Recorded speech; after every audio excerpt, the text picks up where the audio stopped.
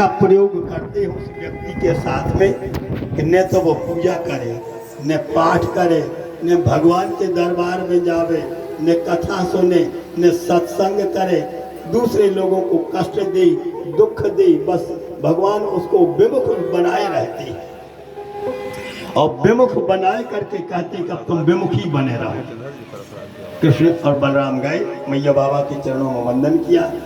इसके पश्चात यहाँ पर सम्मान प्राप्त कर लेता है एक कला के द्वारा।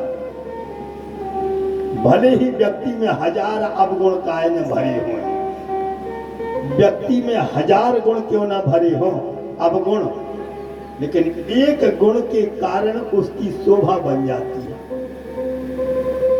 बड़े ध्यान से सुनना, अवगुण भरे हो आदमी में, लेकिन वो की कीमत एक गुण से हो जाती। एक बाबूजी स्वयं ड्राइविंग कर रही थी, अब बिल्कुल उनकी कार हवा से बातें कर रही थी।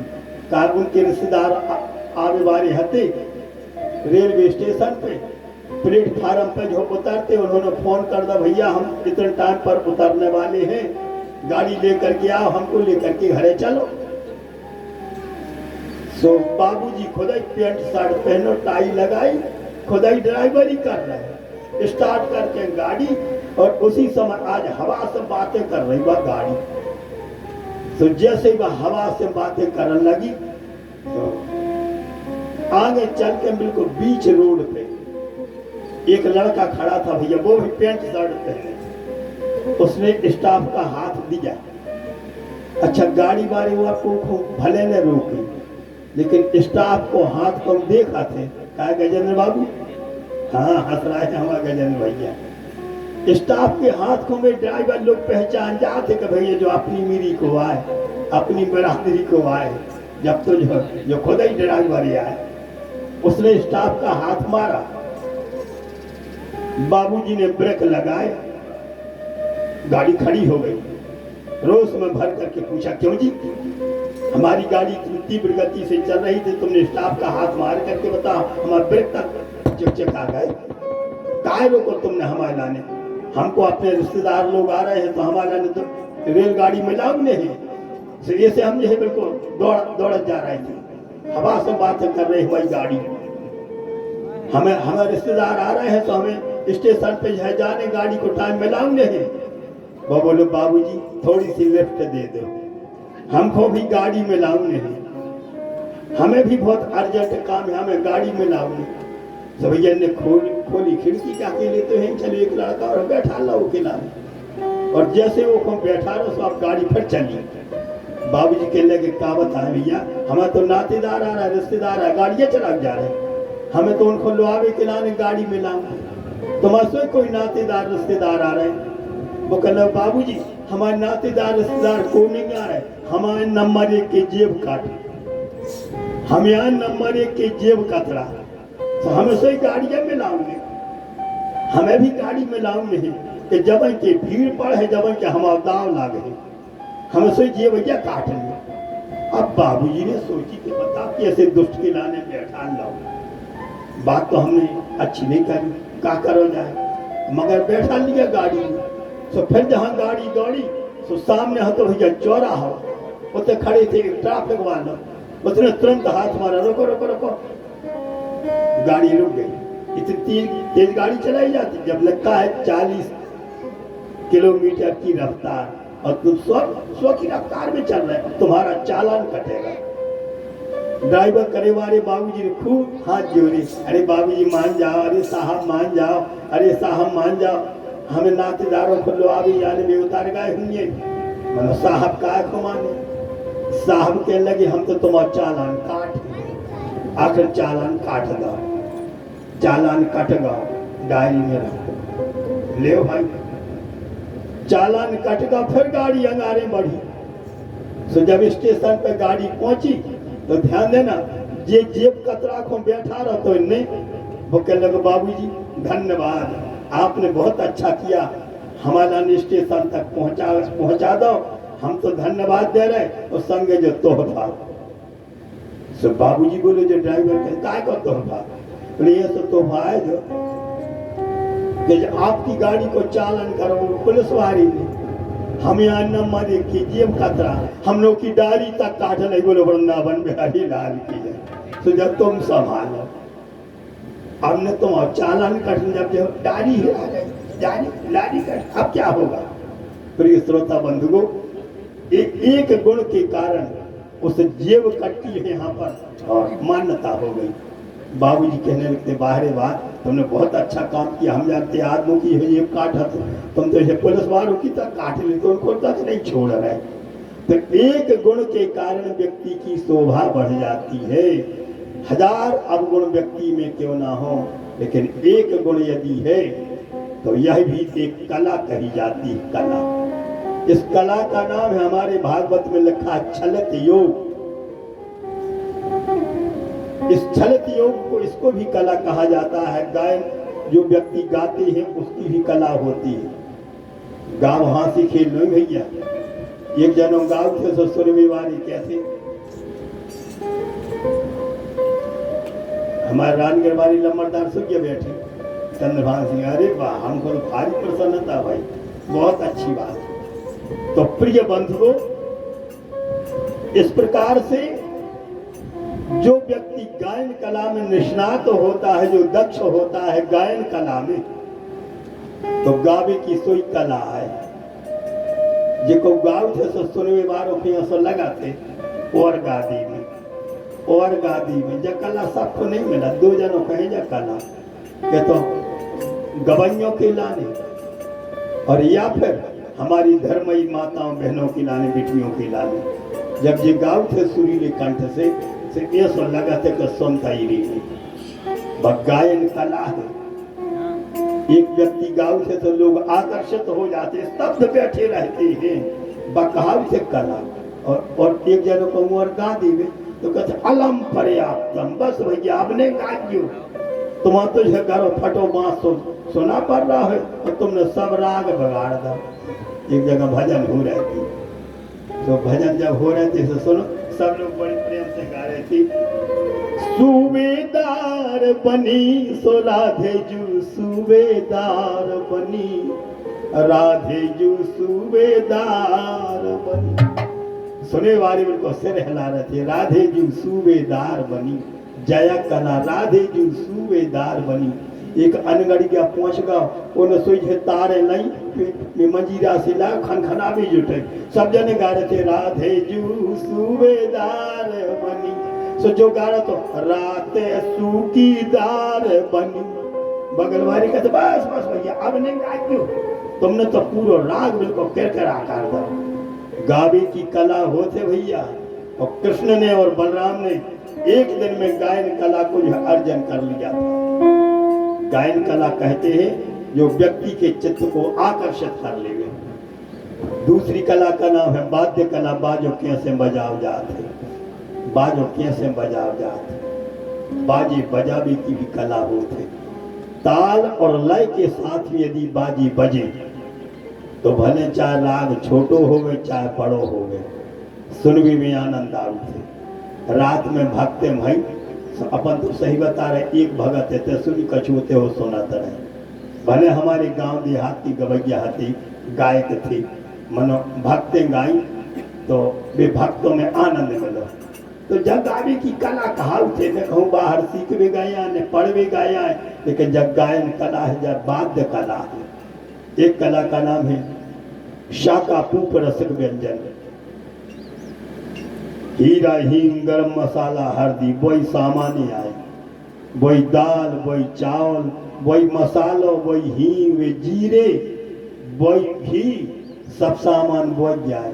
एक आदमी भोजन बना दिवे तो भूखने लगी हो तो दो अतकारी खा ली और एक जन ऐसी हंसन हम बना देंगे एक एक घूंट पानी पिया जाते गुटका जाते भतीजू का क्या सो बना भोजन काका के पानी के घूंटों गोटा कराए तो बकाओ से भोजन बनावे की कला भोजन बनावे की कला हमारा तो नहीं तो पार्वती बाई ना है का नाम हाँ भैया निमंत्रण होगा उनके यहाँ पर तो ऐसे ठाकुर जी की प्रसादी तैयार हुई तो बड़े प्रेमियों के साथ उस प्रसादी में जो बड़ा आनंद का जो है अनुभव हुआ। महाभारत में कथा उठ गया। राजा नल के पास में ऐसी कला थी, भोजन बनाने की कला, कि पल पल में, क्षण क्षण में बड़े प्रेम योग के साथ वहां पर भोजन सिद्ध कर देती थी। विशेष समय तो नहीं दे पाएंगे सज्जनों, अनेक अनेक कलाओं का जो ज्ञान अर्जन किया कृष्ण ने और दाऊ भैया ने। जब समस्त कलाओं का जो है अर्जन प्राप्त कर लिया तो हाथ जोड़ करके कृष्ण बलराम अपने गुरुदेव से कहने लगते हैं, गुरुवर हम तो आज्ञा पाए, तो कैसे गुरु दक्षिणा चुकाए।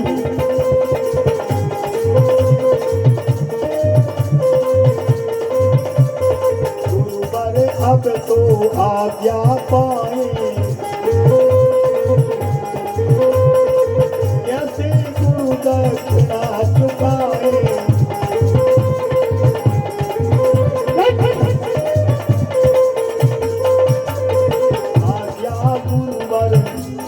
दीजे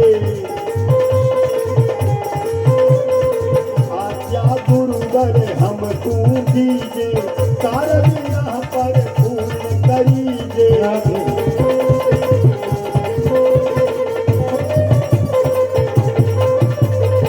कारज यहाँ पर पूर्ण करीजे, कारज यहाँ पर। वृंदावन बिहारी लाल की जय हो। सम्मानीय तिवारी जी यहाँ जाते थे तो फिर एक काम करे, यदि यहाँ नहीं आ रहे एक आसन उनको अलग से दे। हाँ, चाहे आसन डाल दो, चाहे दरी डाल दी, चाहे चादर डाल दी, कछु भी डाल दो। ब्राह्मण हम ब्राह्मणों। कृष्णाय वासुदेवाय देवकी नंदनाय च नंद गोप कुमाराय श्री गोविंदाय नमो नमः। पूर्वानंद कंद भगवान की जय हो। तो प्रिय श्रोता बंधुओं, कृष्ण और बलराम कहने लगते हैं, गुरुदेव आज्ञा दे दो हमको, आज्ञा दे दो हमको। नहीं ब्राह्मण तुम तो कमर पे आ जाओ, महाराज जी आ जाओ, आ जाओ, हमको बड़ी प्रसन्नता हो। बोलो वृंदावन बिहारी लाल की। तो प्रिय श्रोता बंधुओं, गुरुदेव ने जो उसी समय कहा, वत्स जितनी तन्मयता से, जितनी लगन से, जितनी जो यहाँ पर शालीनता से तुम बालकों ने यहाँ पर विद्या का अर्जन किया है, युवाम प्रसन्न अहम, तुम्हारे ऊपर, तुम दोनों के ऊपर हम प्रसन्न हैं। मिल गई दक्षिणा? नहीं गुरुदेव, जिसके द्वारा ज्ञान प्राप्त होता है, जिससे ज्ञान लिया जाता है, उसको दक्षिणा जरूर प्रदान करनी पड़ती है। बिना दक्षिणा के समर्पण किए वह ज्ञान प्राप्त करना अधूरा माना जाता है। तो बंधुओं, कृष्ण बलराम कहने लगते हैं, हमको यहाँ पर आज्ञा दे दो, हम तो दक्षिणा जरूर चुकाएंगे। रघुवंश महाकाव्य में कथा आती है, कौतम प्रपेदे वर्तंतु शिष्या। वर्तंतु नाम के एक जो है गुरुदेव थे, उनके शिष्य का नाम था कौत्स। त्रेता युग की कथा है, कथा नहीं सुनाएंगे, मात्र जो दृष्टांत दे रहे, दृष्टांत के द्वारा सिद्धांत की बात समझ में आ जाती है। कथा नहीं, कथा तो है बड़ी विशद है, कथा तो बड़ी है। वर्तंतु नाम के गुरुदेव से ज्ञान अर्जन किया था कौत्स नाम के विद्यार्थी ने, त्रेता युग का समय। और जब विद्या का अर्जन हो गया तो उन्होंने कहा था, हमको यह दक्षिणा प्राप्त कर, हमसे दक्षिणा प्राप्त कर लो, हमको दक्षिणा देनी है। बिना दक्षिणा के ज्ञान अधूरा माना जाता है, विद्या जो न्यून मानी जाती है। बारंबार जो उन्होंने मना किया, लेकिन शिष्य का जो है प्रेमाग्रह था, शिष्य प्रेम से आग्रह करने जा रहा था। तो गुरुदेव प्रेम के रोष में उसी समय झुंझलाए करके कहने लगती, बारंबारम दक्षिणाम दातुम समर्था तर्हि अधुना समय ममाज्ञाम पालयो चतुर्दश कोटिमिताम स्वर्ण मुद्राएं समानीयताम। बार बार कह रहे दक्षिणा देंगे, दक्षिणा देंगे, देव दक्षिणा। जब हम कह रहे कि आशीर्वाद दे दिया, हमको दक्षिणा की आवश्यकता नहीं, नहीं बार बार दक्षिणा दक्षिणा दो। 14 करोड़ सोने की मोहरें दक्षिणा में प्रदान करो। अब चुका कहां से चुका रहे, लेकिन धन्य है त्रेता युग का समय था।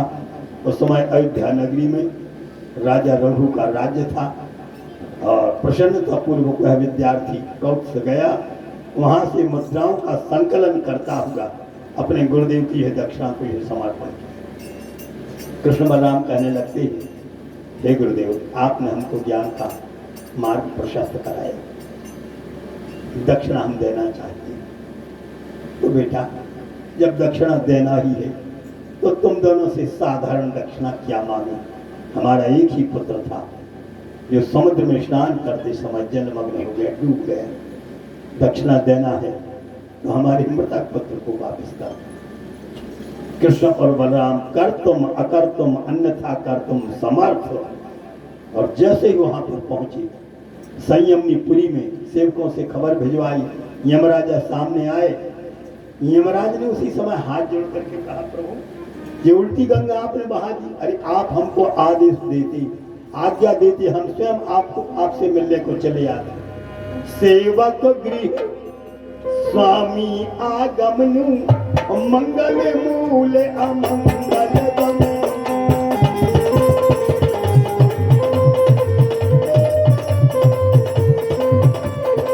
सेवक गृह स्वामी आगमनु मंगल मूल अमंगल गम। आज्ञा पाते स्वयं ही आते,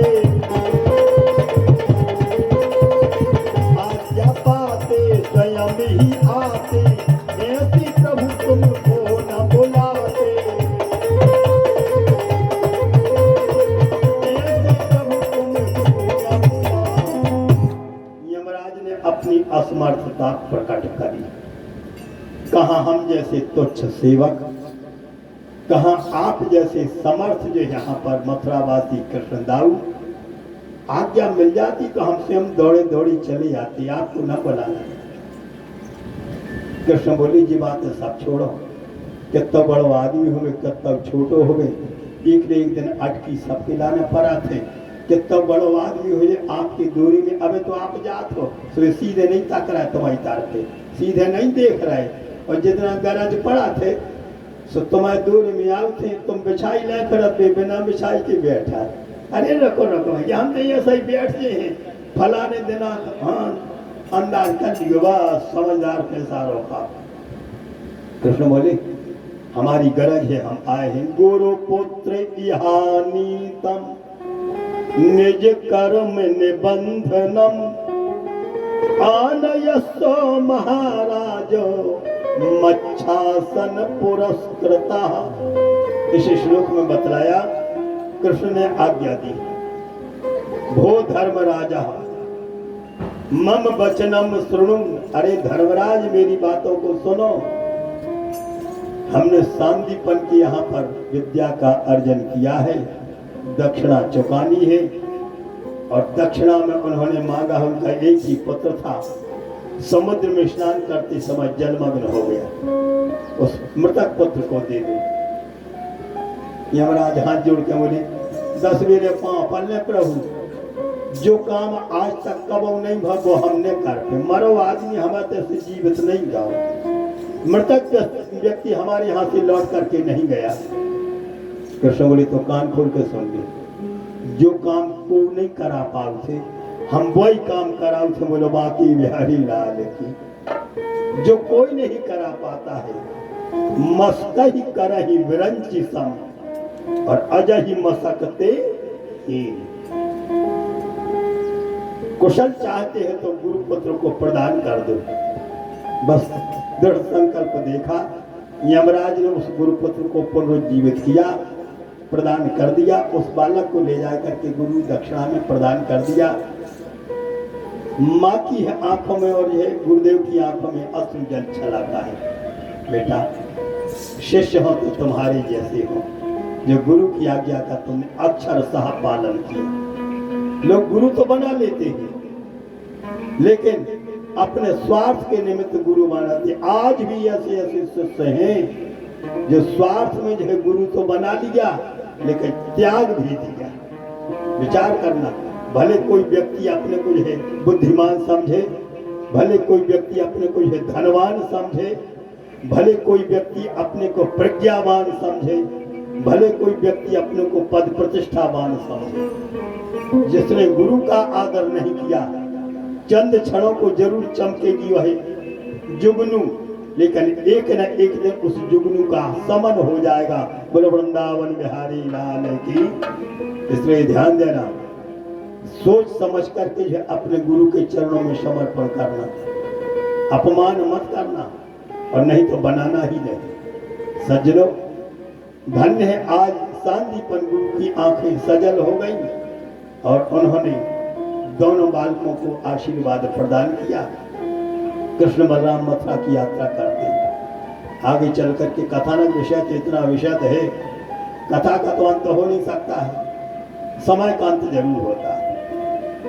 समय विराम की ओर है, इसलिए भगवान ने अपने अभिमानी सखा के लाने और दिव्य ज्ञान को जो यहाँ पर प्रदान करने के लाने पहुंचा।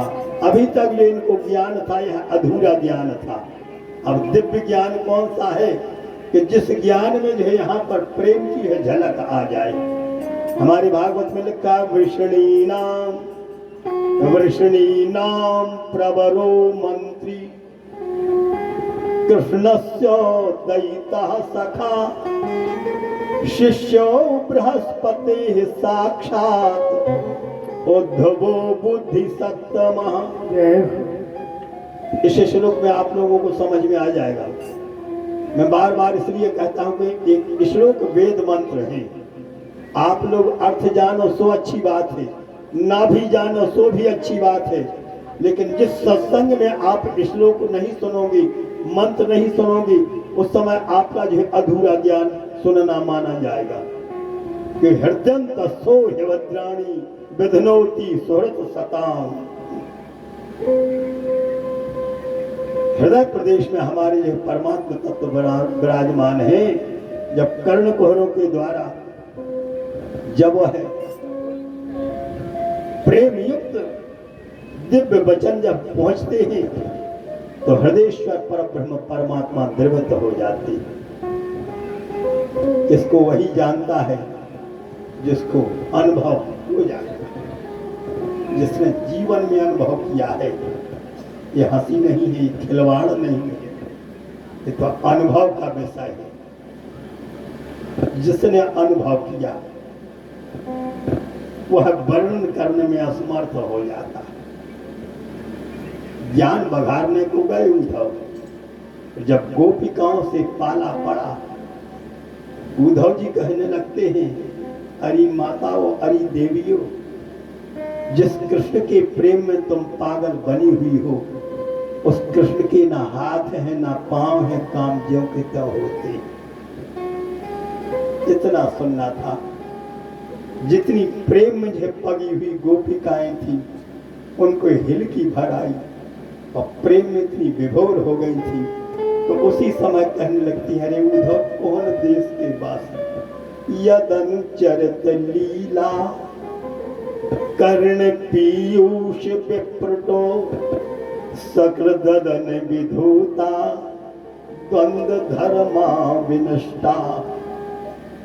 तो सपदि गृह कुटुंबम दीन मुत्सृज्य दीना बहव एव विहंगा भिक्षुचर्यां चरन्ति।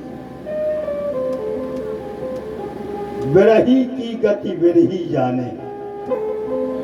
जिसको भगवान की भक्ति का जो प्रेम जागृत हो गया है, वह प्रेम में इतना ओतप्रोत हो जाता है, वाणी लड़खड़ाने लगती है, आंखों में जल प्रपात होने लगता है, इनकी भर आती है, नैना सुरगल सुधारया बदनिया। उद्धव जी गए तो ज्ञान बघारने को, लेकिन कृष्ण प्रेम में जिस समय गोपिकाएं छलकी तो उन गोपिकाओं के दिव्य प्रेम को देख करके उद्धव जी महाराज का ज्ञान तार तार हो गया, फटने लगा। धन्य है ब्रज सीमंत्रियां, मैं तो कोरे ज्ञान की अभिमान में भर करके यहाँ पर ज्ञान बघारने को आया, लेकिन धन्य है गोप सीमंत्रियों का प्रेम, भगवान के प्रति भक्त का प्रेम क्या होना चाहिए, ये साकार जो है देखने को उद्धव जी महाराज को मिला।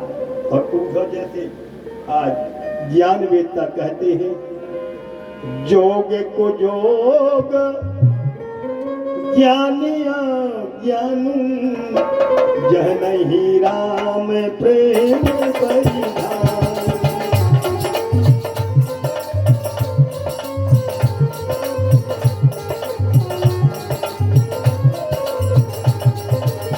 जोग को जोग ज्ञानिया ज्ञान, जोग को जोग ज्ञानिया ज्ञान, जह नहीं राम प्रेम परिधान।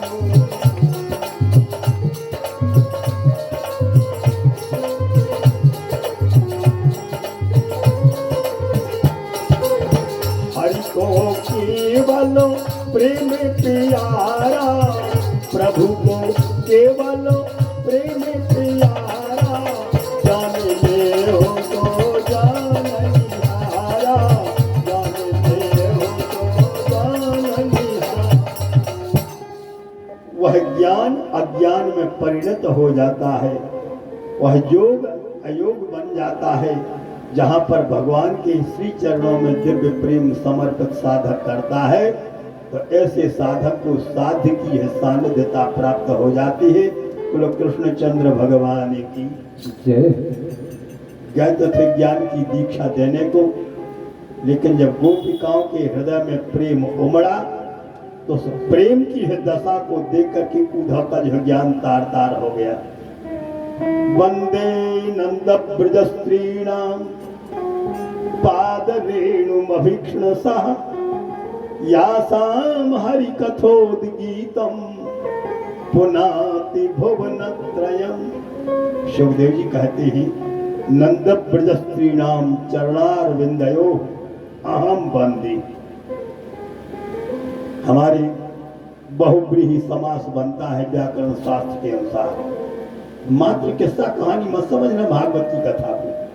वेद व्यास जी महाराज ने ऐसे व्याकरण से ओतप्रोत इस भागवत की रचना की है कि हम जैसे कुछ लोगों की तो चर्चा छोड़ो, हम जैसे बुद्धिहीन लोगों की तो बात छोड़ो, बड़े बड़े मनीषी लोग, विद्वान लोग इस भागवत संहिता में जो भ्रमित हो जाते हैं। उद्धव जैसे ज्ञानी प्रेम की पराकाष्ठा गोप सीमंतियों का जब दर्शन हुआ, तो उन्होंने बेहवल होकर के कहा था कि नंद ब्रज स्त्रीणाम चरणारविंदयो अहम बंदी। नंद बाबा के ब्रज मंडल में रहने वाली ब्रज सीमंतियों के पावन पादार बिंदु में हम वंदन करने जा रहे हैं, प्रणाम करने जा रहे हैं। हम उनकी चरणों की धूल को माथे पर लगाने जा रहे हैं। यासाम हरि कथोद्गीतम पुनाति भुवनत्रयम्। अरे जिन गोपिकाओं ने कर्तम अकर्तम अन्यथा कर्तम समर्थ परात्पर प्रभु इस बाकी झांकी का दर्शन करती हुई, और जब ये यहाँ पर चलती हैं तो उनके चरणों से उड़ती हुई धूल काश मेरे सिर पर पड़ जाए। आशाम हो चरण रेणुषामहं स्याम वृंदावने किमपि गुल्मलतौषधीनां या दुस्त्यजं स्वजनमार्य पथं च हित्वा भेजुर्मुकुंद पदवीं श्रुतिभिर्मृग्याम्। आसाम नंद ब्रजस्ती नाम जीवनोधन्या। व्यक्ति विशेष की बात नहीं, सार्वजनिक रूप से बहुवचन का जो शब्द आया है यहाँ पर, आसाम नंद ब्रजस्ती नाम जीवनोधन्या। उद्धव जी महाराज गए थे आज दीक्षा देने को, और दीक्षा प्रेम की लेकर के आए, और जब चलने लगे थे तो यही कहा था कि विरहेण महाभागा महान में अनुग्रह करता। तुमने महान अनुग्रह किया सज्जनों। भगवान चाहते थे कि हमारा अंतरंग सखा उद्धव वृष्णिवंशियों में परम श्रेष्ठ है, और वृंदावन की यात्रा यदि कर ले उद्धव तो जो ज्ञान का अभिमान हुआ टूक टूक हो जाएगा और प्रेम में ओतप्रोत हो जाएंगे। और यही होगा, भगवान की इच्छा थी। उद्धव जी गए, प्रेम की है भिक्षा लेकर के लौट करके आए। इतने भक्त लोग बैठे, बड़ी शांति से आप लोग कथा सुन रहे हैं। मनुष्य जीवन में विशुद्ध हृदय से यदि आपने किसी को कुछ दिया है तो उसका अनंत गुना फल आपको प्राप्त होता है। एक लोक व्यवहार में यदि हमने आपने बिल्कुल सच्चे हृदय से किसी को दिया है तो आपको लौट करके मिलेगा जरूर। और जिस साधक ने परब्रह्म परमात्मा के प्रति अपना कुछ भी समर्पण किया है तो उसका जो है प्रतिफल उसको जरूर मिला। ध्यान देना आप लोग, एक बार भगवान को देख करके देखो, एक बार आप दे करके देखो, बस देवे में भर हाथ में ककोल, देने में भर हाथ मत से कोड़ना, और वह भी भगवान के नाम पर। भगवान के नाम पर धर्म के प्रति आपको हाथ से कोड़ना नहीं चाहिए। अरे भगवान इनको सबका छुआ है, उनको समर्पण कर दे तो का हर्जा है। मन से नहीं कहने जा रहा हूं, हमारे भागवत में कथा आती है कि अथ ब्रजन राजपथीन माधवा स्त्रियम विलेपान गृहीत भाजना विलोके कुब्जां युवती वरानना पप्रच्छ प्रसन्न रसप्रदा। अथ माने इसके पश्चात राजमार्ग से चले जा रहे थे कृष्ण और बलराम सखाओं से घिरी हुई, रास्ता में कुब्जा मिल गई, उसके हाथ में जो चंदन को पात रहा था। भगवान ने बड़े प्रेम से कहा, का तुम कंज फला साक्षी देवी तुम का। ये भागवत के दिव्य स्वरूप है। ये स्त्रीलिंग का वाक्य है। तुम माने तुम, का माने तुम। हरि देवी तुम कौन हो। पुरुषलिंग होता तो कह दिया जाता तुम कहा, विसर्ग माने जाती है यहाँ पर। मैं तो बिल्कुल सरल भाषा जैसे मैं आपको समझ में आए समझाने का प्रयास करता हूँ। कुब्जा बोली, आम भोजराज कंस सदासी माम जानी, मुझको कंस की दासी समझ लेना। लेकिन हमारे हाथ को घिसा हुआ चंदन कंस को अति प्रिय है। बिना युवाम तो दो ही भाइयों को छोड़ के जो चंदन कौन लागे। बगल में खड़ो तो मन सुखा मन सुख के कहना जी इन्होंने को लगा दी से पछाड़ी से हमारों को न मन लगे जी, सबको मिल जाए चंदन। क्या बढ़िया भाव है। कुब्जा ने चंदन का दान किया, भगवान ने तत्क्षण दिव्य स्वरूप प्रदान कर दिया। इस तरह पट का पकड़ा, प्रभु हमारे घर न्याय तो है आपको। कृष्ण बोली न्याय तो आखिर चंदन लगा तुम न्याय तो दे रहे। कुब्जा बोली प्रभु यह स्वरूप हमने आज तक को देखो नहीं है। दिव्य स्वरूप है आपका, मैं आपके चरणों की दासी बनना चाहती हूँ, तो हमारे घर में तो आप आइए जरूर। कृष्ण बोली देवी धन्य है तुम्हारा अंतरंग भाव, लेकिन हमारी मैया और बाबा बंधन में बंधे हैं, तो जिस दिन बंधन से मुक्त उनको करवा देंगी तुम्हारे घर को न्याय तो हम स्वीकार कर लेंगे। एक बार भगवान खुद देख के देखो भगवान उसको कैसे चौंका दिया। या रोज फूलों की पकड़ियां तोड़ के बिछाती सबरी जैसी सबरी को लगन लगी थी, ऐसे या रोज फूलों को जो बिछाती थी और भगवान से प्रार्थना करती थी, कब आओगे घनश्याम हमारे घर, कब आओगे घनश्याम हमारे घर, कब आओगे घनश्याम हमारे घर, कब आओगे घनश्याम हमारे घर। बुलाने का हमको आपको भाव होना चाहिए। भगवान आते जरूर। कब आओगे घनश्याम हमारे घर, कब आओगे घनश्याम हमारे घर, कब आओगे घनश्याम हमारे घर, कब आओगे घनश्याम हमारे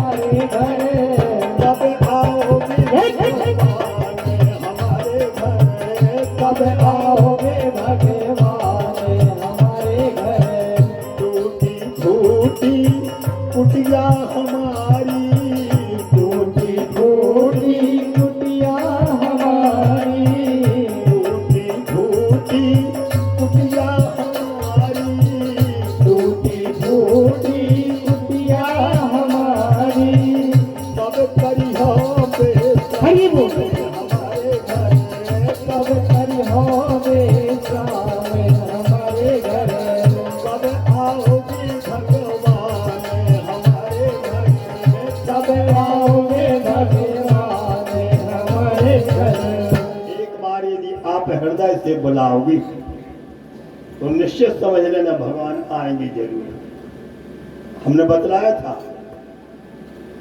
कि भगवान को गले से नहीं बुलाया जाता है, भगवान को हृदय से बुलाया जाता है। गले की आवाज से तो हम और आप दूसरों को आकर्षित कर सकते हैं, लेकिन भगवान को नहीं। भगवान को यदि आकर्षित करना है, भगवान को स्वीकार करना है तो हृदय से बुलाना, और हृदय से एक ही क्षण को बुलाओ तो भगवान तुरंत आराम देते। जिन भगवान को नाव कबौने ला हो गया, अब तो गर्मी लगी है, भगवान करे को ऊपर बुखार न चढ़े। और जब जो जाड़ो देकर बुखार चढ़ा थे, जो भगवान की तरफ हीरत तक नहीं है, मंदिर की तरफ हाथ तक नहीं जुड़ा। और जब हिलकी देकर बुखार चढ़ा थे, चार चार पल्ली उड़े रहे थे, फिर कपत हे हनुमान जी महाराज, हे हनुमान जी महाराज कृपा करिए 5 नदियों ने खट्टी फूल है बुखार उतार दी, बोल वृंदावन में हरि लाल जय हृदय की आवाज, हे हनुमान जी महाराज। हनुमान जी सोचा थे कि भक्त लोग एक चढ़ाव थे, हमें खट्टी 5 में लड़ाई। सो वैसे ही फल है, सुनो बुखार में कंसेशन कर दिए थे, बोले बाकी बिहारी लाल की। हृदय की आवाज से भगवान हृदयेश्वर पधारते हैं। कुब्जा के घर पर यशोदानंदन गए और उन्होंने उसका आतिथ्य स्वागत स्वीकार किया। इसके पश्चात यहाँ पर अक्रूर चाचा ने भी निमंत्रण दिया था, तो भगवान अक्रूर चाचा के घर पर जाकर के उनको भी आनंद में सराबोर करते हैं। पूर्वार्ध की कथा का विराम। बोलो भागवत महापुराण की जय हो। समय का अंत होता भी है, कथा का अंत कभी नहीं होता। मैं तो बस 2 शब्दों में सार की बात आप लोगों के पास तक पहुंचाने का प्रयास करने जा रहा हूं। कथा तो इतनी अनंत है, इतनी अनंत है कि कितने वक्ता लोग आए बिना पूरे पार पाए, पर हम और आपका बड़े ध्यान से सुनना। कथा भले आप और जानत हो, समझत हो, लेकिन इसको संदेश आज यदि स्वीकार करके जे हो ध्यान देना, तो आपको खबर है कि हमने कहूँ अचलपुर में भागवत की कथा को संदेश सुनो। कथा तो हम सुनाई नहीं पाओ।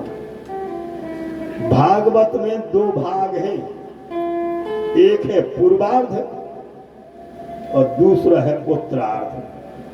समझदार को इशारों काफी। एक पूर्वार्ध, दूसरा उत्तरार्ध। पूर्वार्ध में जो है जरासंध कभी नहीं आता है, जरासंध का आक्रमण होता है उत्तरार्ध में। उत्तरार्ध में जरासंध की कथा आती है। जातो भागवत की कथा मिटाऊं है सुनकर अपनी खुद की व्यथा। जैसे भागवत में 2 भाग है, पूर्वार्ध और उत्तरार्ध, ऐसा ही सुनो हमारी जिंदगी में 2 हिस्सा है, एक पूर्वार्ध और दूसरा उत्तरार्ध है। पूर्वार्ध है 50 साल तक, और एक के बाद में उत्तरार्ध लग जाते भैया, सो समझने की जरूरत है। 50 साल तक खूब मोबाइल देखियो भैया, वही पे हाथ चटकावत रहियो, खूब मोबाइल देखत रहियो, वही में आंखें गड़ाए रहियो। लेकिन आंखें गड़ा तो लाइट हो जाए डिम। उत्तरार्ध में लाइट डिम हो जाते 50 साल के बाद में। तो लाइट डिम जब होते तो सुनो, न तो मोटर चले, न कूलर चले, न पंखा चले, हाँ नेटवर्क बूढ़। इसे ध्यान देना। जैसी भागवत में कथा आई थे, उसी अपनी जिंदगी में अपनी व्यथा को यह मिटाने का प्रयास कर लेना। आगे बात समझ में? ये मनोरंजन नहीं है, मैं आत्मरंजन का संदेश देने को आया हूं। मनोरंजन तो बहुत जगह मिल जाएगा आप लोगों को, मजा मौज आ जाएगी, लेकिन आत्मरंजन का जो यहाँ पर संदेश आप लोग ग्रहण कर लेना। जरासंध जब आता है तो 50 साल के पहले नहीं आता। जरासंध का अर्थ होता है बुढ़ापा, और बुढ़ापा आता है 50 साल के बाद में। 50 साल तक तो तुम खूब मनमानी कर लीजिए, फिर उतार शुरू हो जाते। घटिया में तो तुम चढ़ गए, लेकिन जब घटिया उतारवे पे आ जाए तो गाड़ी न्यूट्रल ने कर लियो। बोले वृंदावन बिहारी लाल की। कहे गजेंद्र बाबू ठीक है ना, उतार में तुम गाड़ी न्यूट्रल कर लाई तो न ब्रेक लगने आए न संभालने आए, का पता कौन भड़का में लेकर पटक देवा गाड़ी। जाएगा तो हमारी आपकी जिंदगी किया होने के 50 साल तक तो खूब मनमानी करी, लेकिन 50 साल के बाद में भगवान के चरणों में मन लगा लेना, अन्यथा जीवन में सिवा कष्ट के कुछ नहीं मिलेगा। माला न फेरी राम नाम की, ए भैया जिंदगी का काम की। माला न फेरी राम नाम की, ए भैया जिंदगी का काम की। माला न फेरी राम नाम की, ए भैया जिंदगी का काम की। माला न फेरी राम नाम की, ए भैया जिंदगी का काम की। जिंदगी का काम की, जिंदगी का काम की, जिंदगी का काम की, जिंदगी का काम की। जिंदगी का काम की, जिंदगी का काम की, जिंदगी का काम की, जिंदगी का काम की। माला न फेरी राम नाम की, ए भैया जिंदगी का काम की। हरि की कृपा सो नरतन पायो, हरि की कृपा सो नरतन पायो। कृष्ण में फसया तू गवायो, कृष्ण में फसया तू गवायो। खबर नैया सुबह और भैया जिंदगी का काम की। खबर नैया सुबह और शाम की, ए भैया जिंदगी का काम की। माला न फेरी राम नाम की, ए भैया जिंदगी का काम की। माला न फेरी राम नाम की, ए भैया जिंदगी का काम। सभी श्रोता बंधुओं से मैं व्यासपीठ से अपील करने जा रहा हूं कि हमारे मानव जीवन में हमको आपको जितना समय मिले, प्रातः काल से लेकर के सायंकाल तक, आप लोग अपनी जीविका के उपार्जन में अवश्य में मन से करते रहना। खूब काम करना, खूब धंधा करना, अच्छी तरह से आप लोग नौकरी कर रहे हैं प्रेम से नौकरी करना, दुकानदारी कर रहे हैं प्रेम से दुकानदारी करना, शिक्षा देने जा रहे हो मास्टरी कर रहे तो प्रेम से मास्टरी करना, खेती किसानी कर रहे तो प्रेम से खेती किसानी करना, डॉक्टरी कर रहे तो प्रेम से डॉक्टरी करना। लेकिन ध्यान देना, मजदूरी कर रहे तो मजदूरी करना। अपनी जीव को उपार्जन के निमित्त आप लोग अपने काम को तन मन लगा करके करना। लेकिन इसके अनंतर जो भी थोड़ा सा समय प्राप्त हो तो जिन भगवान ने हमको आपको जन्म दिया है उनके नाम का जो है यहाँ पर जी कीर्तन जरूर करना, जिससे आपका इहलोक भी बन जाएगा, परलोक भी बन जाएगा। बोले भागवत महापुराण की। क्योंकि 50 साल के बाद में रक्षा पर जो है भगवान ने करा थी, हमारे बस की बात नहीं है। संयोग की बात, लड़का बहू अच्छे मिल जाए तो धन्य भाग तुम आए, लड़का बहू अच्छे मिल जाए तो तुम्हारा धन्य भाग कहाँ नहीं। और नहीं तो सुनो और नियारो कर दो तो लड़का भजिया बनवा के खा ले, तुम टुकुर टुकुर देख देखो तो बहू ने जो हीरा से गुलगुला बना के खा ले, हमसे टुकड़ा तक नहीं जाओ। इसलिए ध्यान देना, 50 वर्ष के पश्चात किसी की आशा मत करना। बस जिस परमात्मा ने हमको आपको जन्म दिया है बस उसकी आशा कर लेना। वही देने वाले हैं दाता एक राम, भिखारी सारी दुनिया। देने वाले हमारे परात्पर प्रभु हैं, देने वाले हमारे ठाकुर जी महाराज हैं। क्योंकि मथुरा पर जब आक्रमण जरासंध ने किया था, प्रिय श्रोता बंधु अच्छी तरह से समझ लेना, तो रक्षा किसने की? रक्षा जो है कृष्ण और बलराम ने की थी। इसी प्रकार से जरासंध नाम के राजा ने 17 बार आक्रमण किया। 17 बार भगवान परात्पर प्रभु ने जो उसी समय रक्षा करी, लेकिन इस संसार में परमानेंट बन करके कोई आए नहीं है। चाहे पंडित हो, चाहे श्रोता हो, चाहे बूढ़ा हो, चाहे बालक हो, टिकट एक दिन कटेगा जरूर। जितने दिन को बैलेंस डरवा के आए हो तो तुम्हारा मोबाइल चले आ रहा हो, जितना बैलेंस खत्म होगा तो तुम नंबर दाब दियो। कोई नहीं बोले तो जब का ये बोलो वृंदावन बिहारी लाल की, और एक ही बाद में बंद। जय दशा हमारी किया है। आयु रूपी बैलेंस जितना हमारे शरीर में है, बस उतना हमारा इस शरीर रूपी मोबाइल चल रहा है। और जिस दिन बैलेंस पूरा हो जाएगा, एक पल नहीं जी सकोगे। सबकी दशा है, व्यक्ति विशेष को नहीं कहने जा रहा हूं। हम तो अपनी कह रहे हैं, चाहे पंडित हो, चाहे पुजारी हो, धर्माचारी हो, चाहे दुराचारी हो, सबको एक दिन जाने। ये हमारा जा रहा आदमी आज के समय में पैसों को झूठ से, छल से, कपट से, पाखंड से, जैसे बने जिस विधि से पैसा आ जाए, ए के नाम से पैसा, ओ के नाम से पैसा, धर्मशाला के नाम से पैसा, गौशाला के नाम से पैसा, जितना चाहे तो आ जा पैसा कमा। गौशाला के नाम से पैसा ले लाए, मारुति कार में घूम, फिर हम तो कह रहे सुनो इतने जने बैठे। अभी गौशाला आप जो 4 गैयों की बना ली, अगली साल कार ने लेनी, तो जब तक मैं तो व्यासपीठ से कहने जा रहा हूं, मैं बिल्कुल दिव्य सिद्धांतवादी हूं। यदि आप लोगों को गाय हमारी माता है, जब गाय की सेवा हमारे परब्रह्म परमात्मा ने की है, तो हमको आपको भी करने का अधिकार है। लेकिन यदि आपको जो है गाय की सेवा करना है, गौशाला में आपको दान देना है, तो चलित गाय की सेवा कर लेना।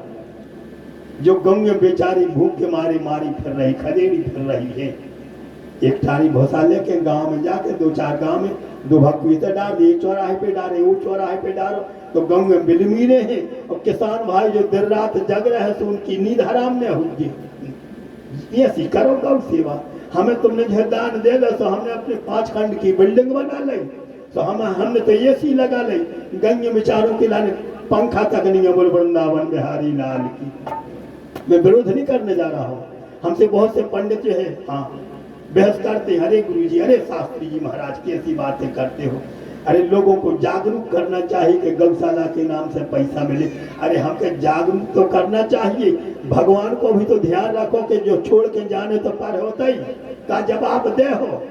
बूढ़ी लंगड़ी गाय यदि है, यदि आपको जो दिखलाई पड़ती है गाय सेवा करना है, तो मैं विरोध नहीं करने जा रहा हूँ, मैं सम्मति देने जा रहा हूँ कि किसी भी गाय को यदि भूखी प्यासी है तो बन सके भैया।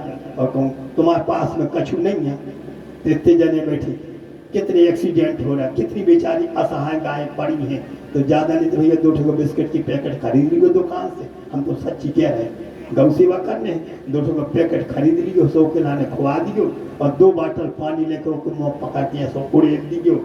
गौ माता की ये है भैया गाय की सेवा। हमको दे करके करोगे क्या? हम अपने 5 खंड की बना ले हैं।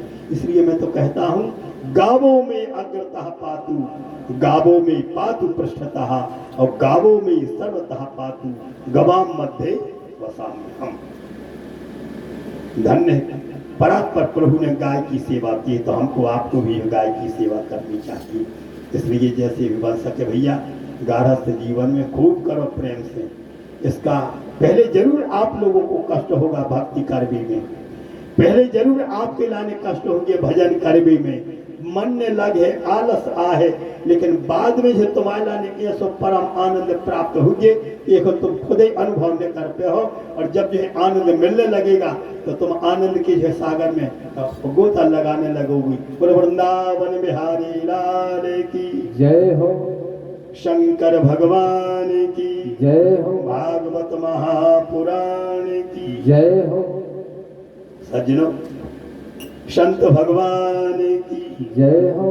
तो सभी श्रोता बंधुओं से यही अपील है कि 50 वर्ष के पश्चात हर व्यक्ति को अपनी दिनचर्या बदल लेनी चाहिए।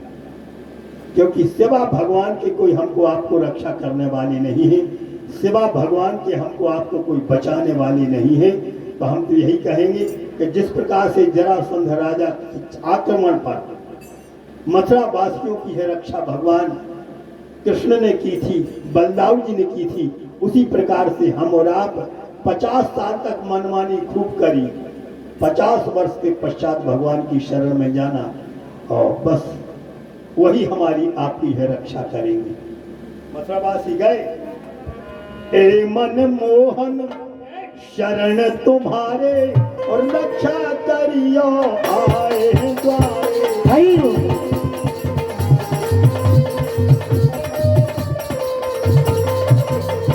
ए मन मोहन शरण तुम्हारे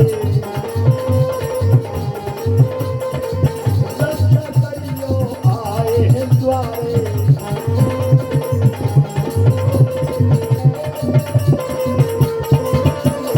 जरासंध मथुरा में आयो, जरासंध मथुरा में आयो, तुम बिन प्रभु बड़े कौन बचायो। हरि बोल।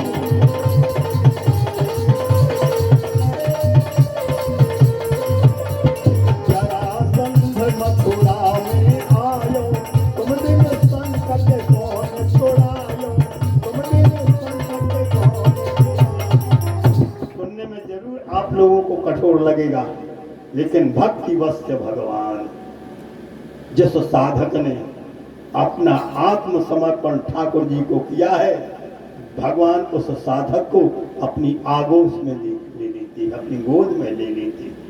भक्ति करना बहुत कठिन है, लेकिन इसका परिणाम इतना सुखद है, इसका परिणाम इतना अंतरंग है। बोल वृंदावन बिहारी लाल की जय हो। भागवत महापुराण की जय हो। बालक को बुखार आएगा, बालक को बुखार आया, पिता ने सोचा कि चलो भाई इसकी दवा करवा दे। अस्पताल में पहुंचा लेकर के, डॉक्टर बैठे थे अपनी कुर्सी पर, डॉक्टर साहब ने देखा कोई मरीज आ गए, और जैसे ही कुर्सी पर डॉक्टर को देखा तो भैया ये बालक को बुखार चढ़ो, तो वो बालक को तो हम कहूँ पापा हमें दवाई नहीं करवाऊंगे, हमें दवाई नहीं करवाऊंगे, काय नहीं कराऊंगे बेटा। अरे बोले हे डॉक्टर साहब इतनी लंबी सुई लाए हैं, कभी लग जाए है तो हम कहाँ तक चिल्लियाँ हैं, चिल्लाते रहो। जो लड़का का को बुखार चढ़ो तो वो बुखार उतरवाऊंगे, तो बड़ी ध्यान से सुनना आप लोग। लेकिन ध्यान देना, जैसे ही आज डॉक्टर साहब ने है सुई भरी, दवा भरी उस सुई में, वो तो गिड़गिड़ाने नहीं डॉक्टर साहब हमें नहीं बुखार चढ़ो रहने दिए, हमें नहीं लगवाऊंगे सुई। डॉक्टर साहब ने कहा चिंता मत करो बेटा, एक बार सुई लग जाने दो, तुमको पहले जरूर कष्ट होगा लेकिन तुम्हारा बुखार उतर जाएगा। देखो ना हम क्या किए हैं, सुई लगाएंगे बाद में, और पहले लगा ली है हमने रुई। कोई भी डॉक्टर जब सुई लगाता है तो उसके आगे रुई रहती है, मानो सुई कहती कि हमें देखें घबराने जाइयो, हमारे अंगारे रुई मोहरा साधे हम वृंदावन में हरि लाल की। क्या भाई, जब सुई के आगे रुई रहती है तो इस्तेमाल करवी खिलाने करीबारी खिलाने पर कोई कष्ट नहीं होता। इसी प्रकार से प्रिय श्रोता बंधुओं, हमारी भक्ति रूपी सुई करने में, देखने में, सुनने में कठिन तो होती है, लेकिन यहाँ पर हरि दर्शन रूपी जो रुई लगी हुई है, जो आशा लगी हुई है, इसके आगे जो है सारी हमारी पीड़ा निवृत्त हो जाती है। बोलो बांके बिहारी लाल की जय। शरीर है मथुरा, व्यक्ति विशेष को नहीं सुना रहा, साथ की बातें बता रहे, चाहे हम हो चाहे आप हो। शरीर है मथुरा,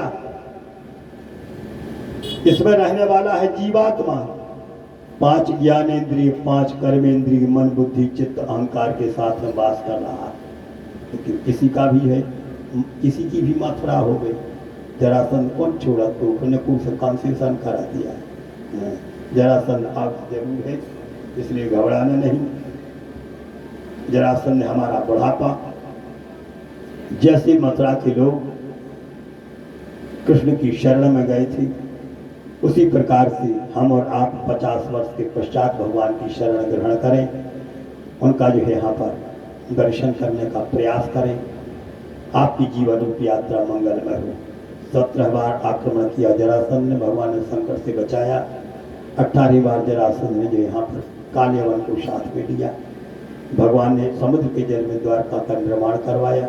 योग शक्ति से सभी मथुरावासियों को द्वारका नगरी में पहुंचा दिया और वहाँ पर द्वारका नगरी के आधिपत्य को स्वीकार किया। उसी दिन से भगवान का नाम पड़ा द्वारकाधीश। बोलो द्वारकाधीश भगवान की जय हो। यहीं से भगवान की ऐश्वर्य लीला में वैवाहिक क्रिया सुसंपन्न, जो समय अभाव के कारण विस्तार पूर्वक नहीं सुना पाएंगे। भगवान की अन्यान्य विवाह होगी, अनेक अनेक विवाह होगी। प्रथम विवाह भीष्म पुत्री रुक्मिणी जी के साथ में हुआ। राजाशील भीष्म को नाम कुंडिलपुर पति महान, तस्य पंचा भवन पुत्रा कन्यैका च वरानना। जय सज्जनों, प्रथम विवाह भीष्म पुत्री रुक्मिणी जी के साथ में होगा।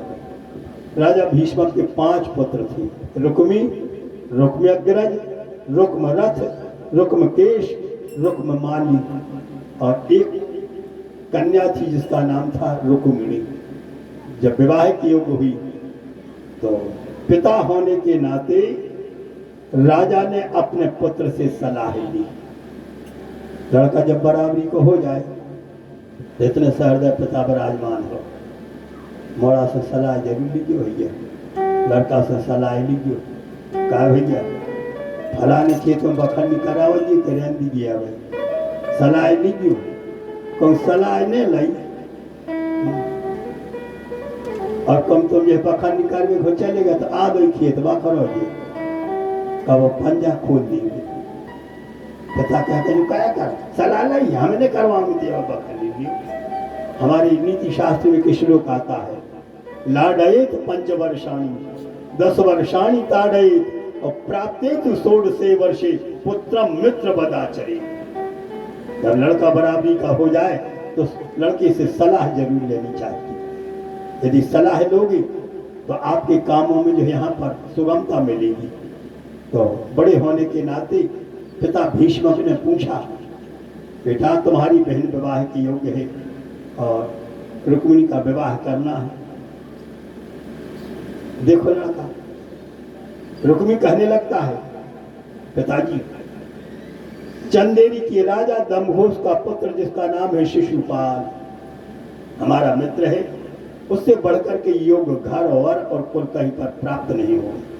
ये शिशुपाल की पार्टी का था रुक्मिणी, और शिशुपाल भगवान का जो है यहाँ पर विरोधी था। तो जो भगवान से विरोध करेगा उसको जो है सजा तो मिलेगी सो मिलेगी, जो को संग दे हो को सोई सजा मिलाती, ऐसी बात नहीं है। आज भागवत की कथा हमारे हरनाम सिंह भैया ने आयोजन करवाया, इनको तो फल मिला सो मिला। ध्यान देना, जितने हमारे श्रोता बंधु बाहरी अंचलों से पधारे हुए हमारे धर्मई माता बहनें बैठी हैं, इनको भी यहाँ पर इसका जो है अतीव जो पूर्ण फल प्राप्त होगा, क्योंकि संग का जो है परिणाम जो है अवश्य हमको आपको प्राप्त होता है। बात समझ में आ गई? भक्ति का संग करोगे, सहयोग दोगे तो आपको आनंद मिलेगा, और दुष्टों का संग करोगे, उसको सहयोग दोगे तो आपको दुष्टता का फल मिलेगा। महाभारत इतना बड़ा साक्षी है। ऐसा जो महामना महारथी कर्ण, जिसका जो है चक्र कीचड़ में सनना चाहिए था लेकिन धूल में सन गया, धूल में गड़ गया, धूल में जो वहां पर समायुक्त हो गया। तो जो कुसंग का संग देता है उसको भी फल मिलता है, जो सुसंग का संग करता है उसका भी फल उसको प्राप्त होता है। तो सज्जनों, यहाँ पर शिशुपाल का संग देने वाला रुक्मी था, इसलिए जो है टीका भेज दिया कहाँ? शिशुपाल के हाथ पर। किंतु जब रुक्मिणी को पता चला, राजकुमारी को पता चला कि मैंने देव ऋषि नारद के जो द्वारा जो गुण सुन रखे थे कृष्ण के, उसी दिन से मैंने प्रतिज्ञा की थी ब्याह करूंगी श्याम सुंदर संग। यह संकल्प हमारा है, ब्याह करूंगी श्याम सुंदर संग।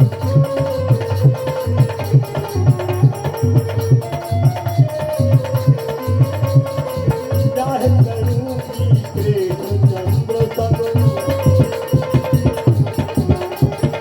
ब्याह करूंगी कृष्ण चंद्र संग।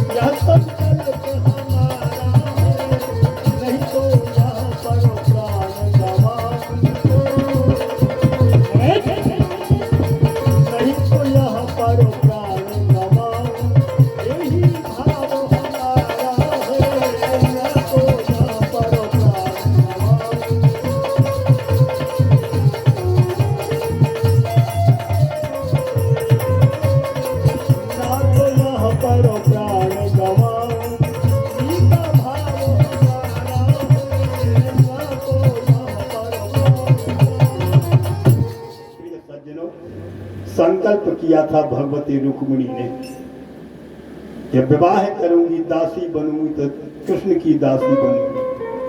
बता कल बराता में का हुए हाल। जब जानकारी मिली राजकुमारी को तो सुखदेव जी कहने लगते उन्होंने एक पत्र लिखा। द्वापर की कथा सुनो भैया, जब मोबाइल चले नहीं आती नहीं तो मैसेज नहीं भेज देती, देरी नहीं लगती तो मैसेज पहुंच जाता। लेकिन पत्र लिखा, भगवती रुक्मिणी ने पत्र लिखा। श्रुत्वा गुणान भुवन सुंदर शृण्वतां ते निर्विश्य कर्ण विवरैर हरतोंगतापम्। हे द्वारकाधीश, आपके पावन पादार बंदों में मुझे नमन, आपके चरणों में बारंबार प्रणाम। नारद के मुख से आपके यह दिव्य गुणों को सुन रखा था।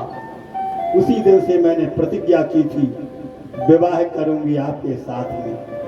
लेकिन पता चला शिशुपाल चंदेरी से दूल्हा बन करके आ रहा।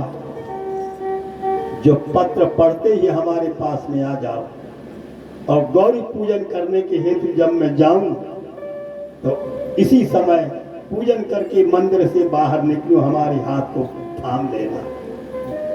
विशुद्ध हृदय से की हुई प्रार्थना कभी निरर्थक नहीं होती। सच्चे हृदय से की हुई प्रार्थना कभी यहाँ पर है निरर्थक नहीं जाती।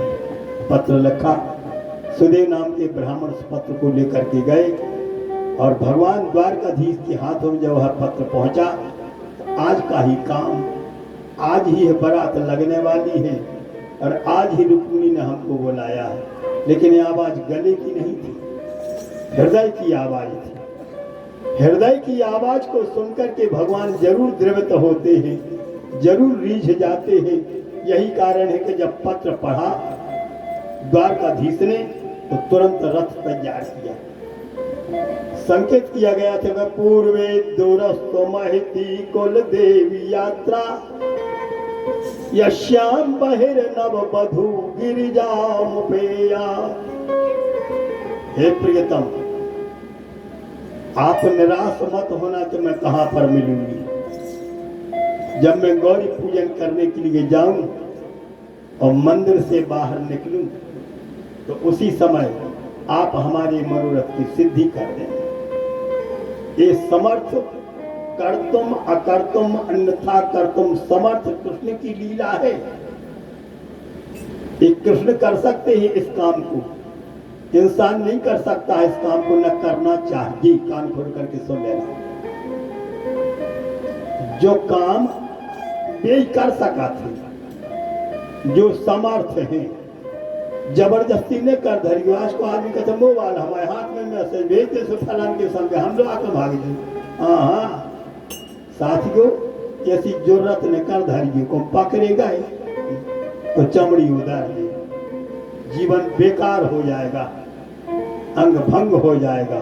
इसलिए सावधान, भगवान समर्थ है, हम और आप असमर्थ हैं। असमर्थ होकर के समर्थ की लीला का आनंद प्राप्त करना है, न कि अनुसरण करना है। कृष्ण रथ सजा करके ब्राह्मण का सम्मान कराने के अंतर पहुंचे कुंडनपुर में। उसी दिन शिशुपाल दूल्हा बन करके आया, रात्रि विश्राम किया।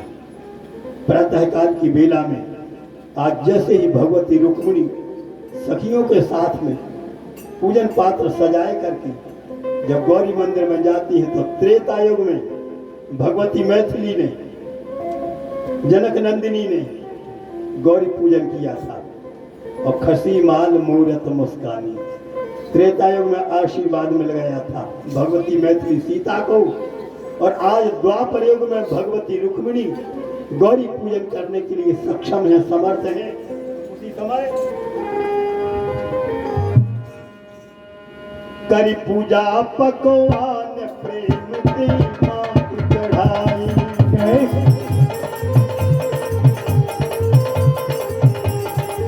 करी पूजा पकवान प्रेम की मात चढ़ाई।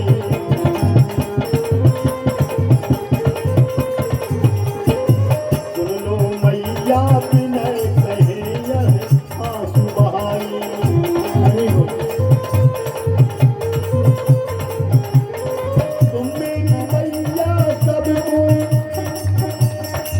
तुम मेरी मैया सबको यहाँ पर देखनहारी।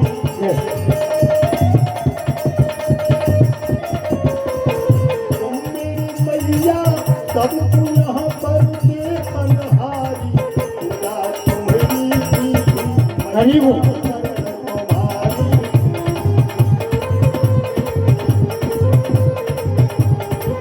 पूजा तुम्हारी दीदी मैया शरण तुम्हारी।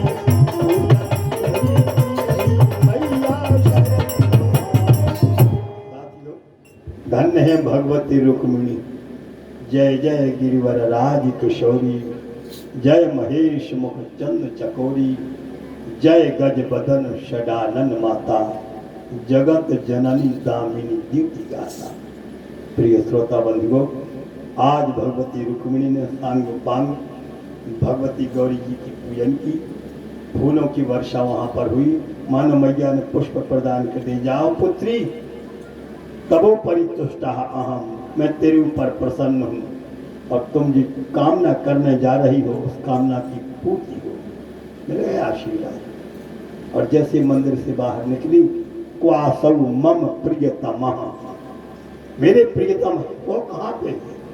तो द्वारकाधीश ने जय बदलाव की कह के हाथ बढ़ाओ, रथ पर बैठा लो और उसी समय यात्रा कर लो।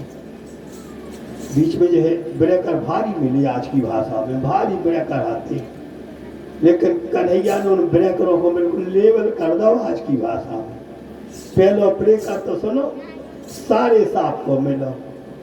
पहलो गति अवरोधक, सारे सांप को मिलो।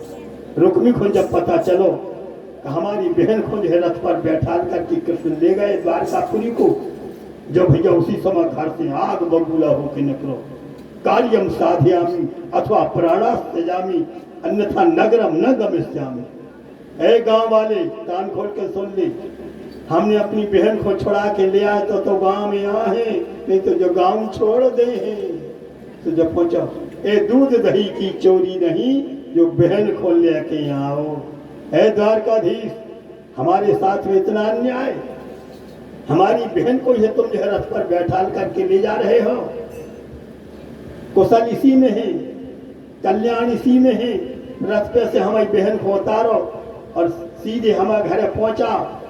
हम उनकी भाव परवाह है शिशुपाल के संगे। दाऊ भैया के लगे, बलदाव जी के लिए कन्हैया सारी सावार आए, का करो जाए। कन्हैया बोले, बड़े भैया आज्ञा देते तो सारे साहब को स्वागत न कर दे, देरी नहीं लगी। और कुपित होता होगा, करता हो कुपित होता होगा। जैसे ही सारो रुक्मिणी आओ, ये दूध दही की चोरी समझ ली तुमने। भगवान ने कैसे मोंगे चांगे, तुम तो जहार दी हो दोनों में पाँव पका ली, मैं तुम्हारी हाँ प्रसन्नता है जो तो तलवार घुमाऊं लगो। कन्हैया बोले, सारे साहब अब तलवार न घुमाओ, अब तो यहाँ हाथ फेरो हमारे पाँव पे। और पे तो होगा तो भगवान ने कहे ठहर जा। दो ही हाथ पकड़े, एक हाथ से छुड़ाई तलवार, और जब इतने से घोटो नहीं है, ये सोच मूड न करो, और एक हाथ छोड़े यानी मूड पे हाथ फेरे, कल घाई चिकनी कर दे जातो, जैसो कल चिकन हो गए। और रोष में हर के कहते, कृष्ण तुमने हमारे संगे का कर दो। भगवान बोले, हमने तुम्हारा नंगिया जी को पंडा बना दो। फल प्राप्त करता हुआ आज है लौट करके भोजकट नाम का नगर बसाया इसने, लेकिन गांव में लौट के नहीं गया। आगे चल करके भगवान कृष्णचंद्र गए द्वारका नगरी में, वेद में ब्राह्मणों को बुलाया। तब ही वेद वेद वेद बुलाए,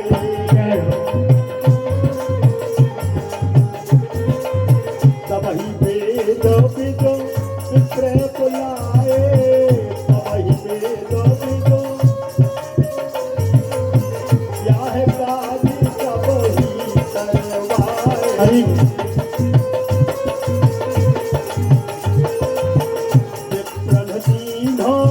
दाने ललामा,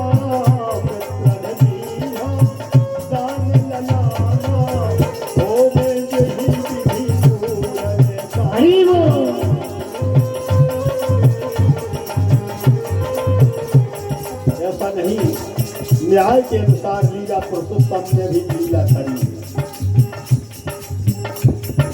अकेले गांधार में विवाह नहीं होगा, वेद विधि के साथ विद्वान पंडितों को बुलाया था। विद्वान पंडितों ने द्वारका नगरी में वेद ध्वनि की। कृष्ण का रुक्मिणी का विवाह सांगोपांग संपन्न होने जा रहा है। हम तो निहते उदना आज आप और भागवत सुन रहे हैं, तो भाव योग में भाव रूप में जितने हमारे श्रोता बंधु विराजमान है, बस मन में यह भाव बनाना कि कृष्ण को रुक्मिणी को ब्याह बढ़िया हो रहा। ताली बजा बजा करके आप लोग सहयोग देना। हरे पास मंडप छाए,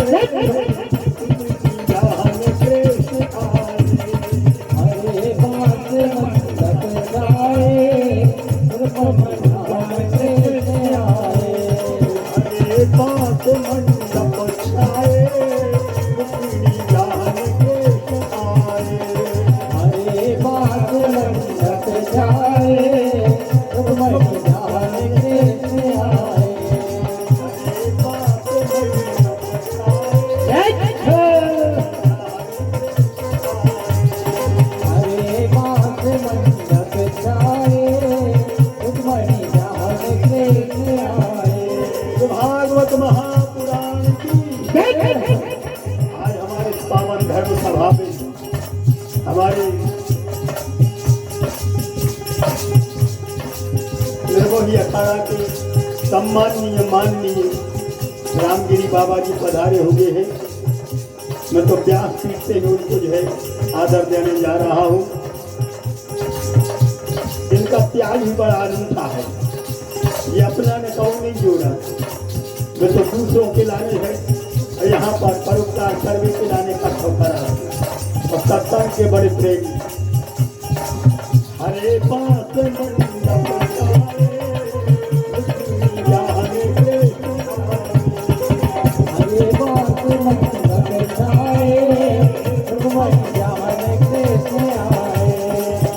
रुक्मिणी की परत भाव रे, रुक्मिणी की परत भाव रे, ब्रह्मा वेद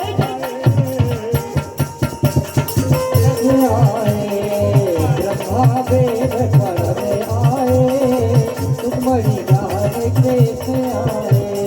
हरे पास मंडप छाए, रुक्मिणी गाने कृष्ण आए। हरे पास मंडप छाए, रुक्मिणी गाने कृष्ण आए। वृंदावन बिहारी लाल की जय हो। सज्जनों, ये भगवान लीला पुरुषोत्तम की आनंदमयी प्रेममयी लीला है, जो ऐश्वर्य मिश्रित लीला है। विशेष समय तो हम नहीं दे पाएंगे। कल हमने संकेत किया था कि सप्तम दिवस की कथा विराम दिवस की कथा है और 5:30 बजे तक की कथा का जो है यहाँ पर विराम दिया जाएगा, क्योंकि कथा के पश्चात हवन का कार्यक्रम भी यहाँ पर करना है। तो जितना समय और जैसी भगवान की इच्छा उसी के अनुसार आप लोग कथा रस का रसपान करने जा रहे हो। ये भगवान की वैवाह की लीला संपन्न है। जिन भक्तों को घाम और लगन लो हो भैया सूर्य नारायण को तड़के ऐसे हो जाएगी छारी में, कुछ भक्तों को घाम और लग रहा है, बैठे बेचारे घाम में। और हमें श्रोताओं को भारी ध्यान रहे थे, श्रोताओं को विशेष ध्यान रहे थे।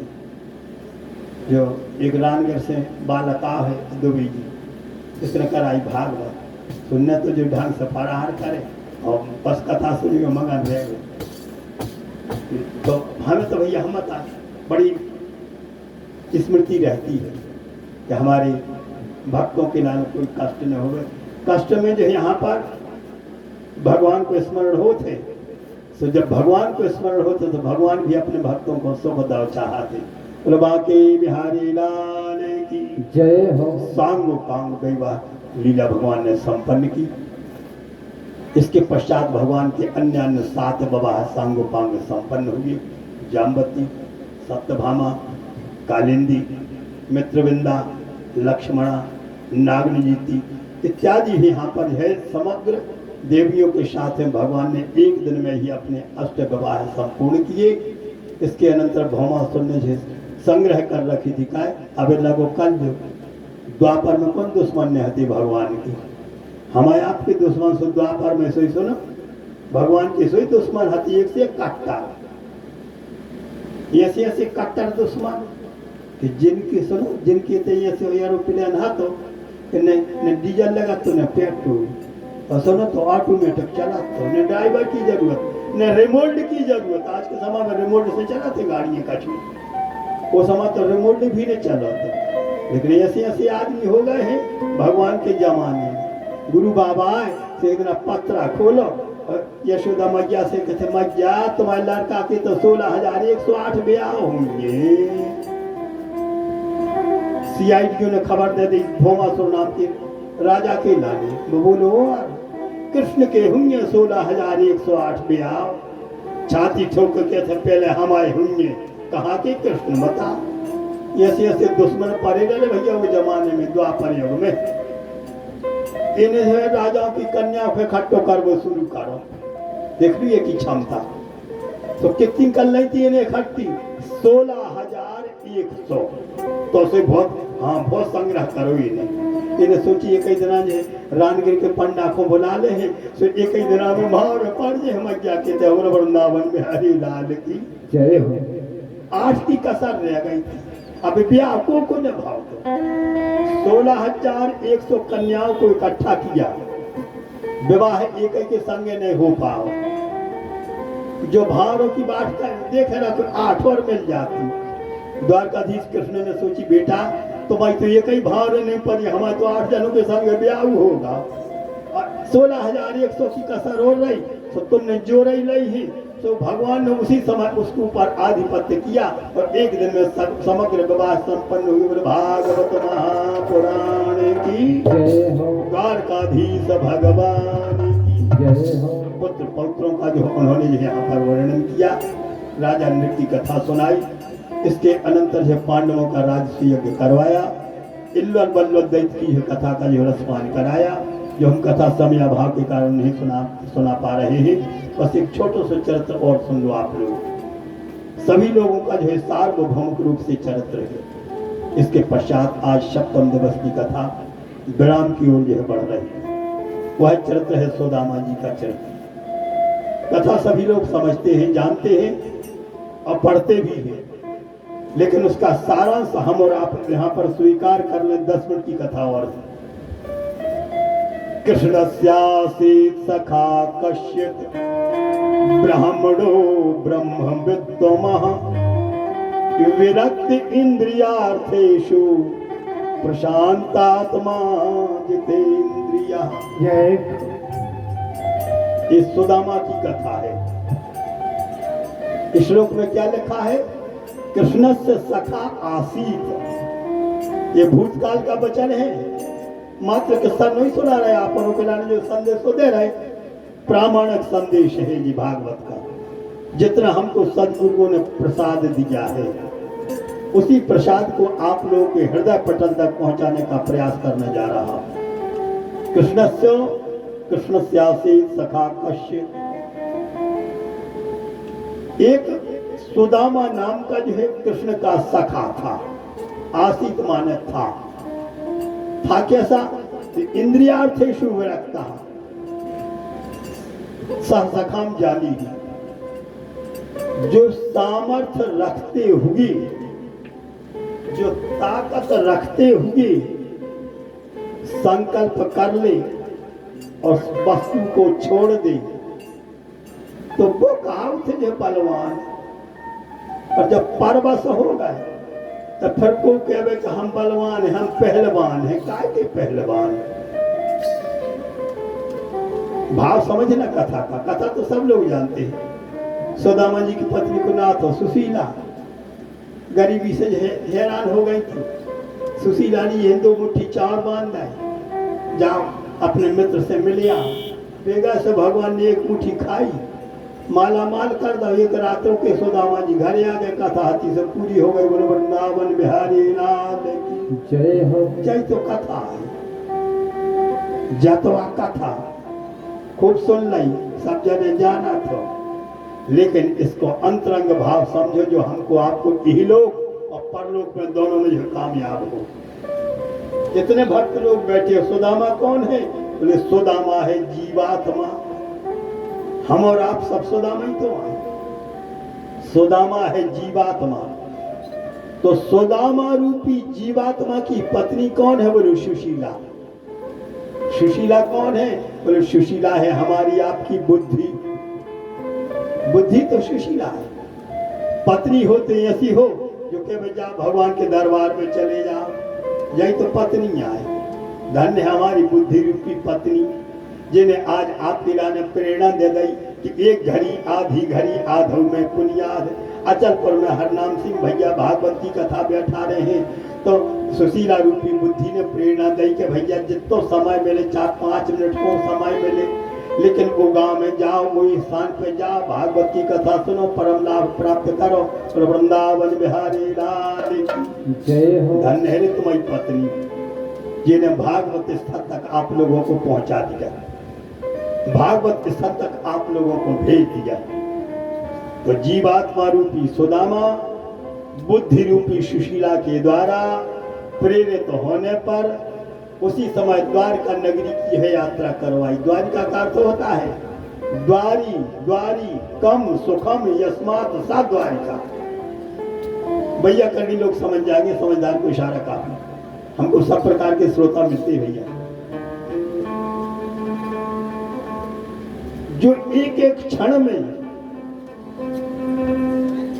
ब्रह्म सुख जिसको जो प्राप्त हो जाता है, एक एक क्षण में जो है ब्रह्म रूपी रस को प्रदान करने वाला जो है वहां पर साधन है, उसको कहते हैं द्वारिका। एक एक पल में जिसको भक्ति का जो है आनंद प्राप्त होने जा रहा है। और भक्ति तो ऐसी है किसी व्यक्ति विशेष की नहीं, सार्वभौमिक रूप से हमारी तरह श्रोता समासीन हो। आप जो चाहें तो भक्ति को स्वीकार कर सकते हो, जिस समय चाहे उस समय स्वीकार कर सकते हो, जब चाहे उस समय ले सकते हो। क्यों? जो परोब्या समयों को समय और एक एक घरे एक ही दिना में का जो है 20 जना जो है नियत तो कर भी जाने पड़े। हाँ भाई बसंत बाबू यूना से आए, कभी एक एक दिना में 20-20 जगह व्यवहार देवे को जाने पड़े। लेकिन गाड़ी को समय है भैया, ध्यान देना, गाड़ी को समय चल रहा, गाड़ी को जमाना। आदमी एक एक दिना में जो है 25 न्योते कवर कर लिए थे। हाँ, एक घूंट पानी पियो, कहूँ चाय पी, कहूँ ठंडा पी, कहूँ जो है कोको कोला, और बस व्यवहार दे भाई भेजा। 19 जगह न्योतों को जो व्यवहार दे रहा, एक जगह तो बची जो न हाथी से सुनो 2:30 बज गए जो है रात के, 2 जने हाथी संग एक चल लगी। अभी एक न्योत तो और रहेगा, का करके बोले अब का करके सुनिया तो भले होगा, मानो अब नहीं जा पा रहे, सवेरे ही हो ये सवेरे पहरे गए को के दौरे में काके है घर गया। संगवार बोले भैया जब 19 जगह बिहार दे दा हो तो अपन भावे चलो चाहिए पहुंचे एक जगह गाड़ी लड़खड़ा गई, 2 जने गिर पड़े। रात को समय छोछलू गए तो उसे धुआ झराई, 5 के फिर चली। ठीक है 4 बजे सुबह ब्रह्म मुहूर्त में एक व्यवहार जगह तो उसकी दूरी में पहुंची। और जब वो घर जाने देखो बाहरों को टाइम चल रहा था, भैया तुम अच्छे आ गए, हमें भारी प्रसन्नता भाई, भले अबेरे आए, चाय को समय है तो मुंह धोले और चाय पियो। वृंदावन बिहारी लाल की जय हो। 4 बजे सुबह पहुंचे तो से व्यवहार तुम्हारा जमा होगा और सामने वाले के लाने प्रसन्नता भाई। ठीक इसी प्रकार से भगवान का दरबार है, यदि भक्ति का हमको आपको अवसर प्राप्त हुआ है तो जितना समय मिले, जिस समय मिले, जिस जगह पर मिले, आप लोग अपने अवसर को जो परिमार्जित करते वहां पर जाओ। दीन बंधु दया सिंधु करुणा वर्णालय परमात्मा आपके ऊपर द्रवित होंगे। भक्त वत्सल भगवान की जय हो। पत्नी ने प्रेरणा दी, द्वारका नगरी को जाओ, चौड़ा लेकर के सुदामा जी महाराज जाते। क्यों? इंद्रियों से विरक्त थे। जब व्यक्ति लक्ष्य बनाता है तो भगवान उस लक्ष्य को स्वीकार करते। दुबले पत्नी सुदामा जी रास्ते में लोगों ने रोका, रास्ते में लोगों ने रोका, अरे महाराज जी कब से खावे नहीं मिलो, खा पियो स्पष्ट हो जा, हड्डी पसली दिखा रही है। सुदामा जी कहते हैं जब तक कृष्ण की दरस न पाऊं तब तक चैन न पाऊंगा, जब तक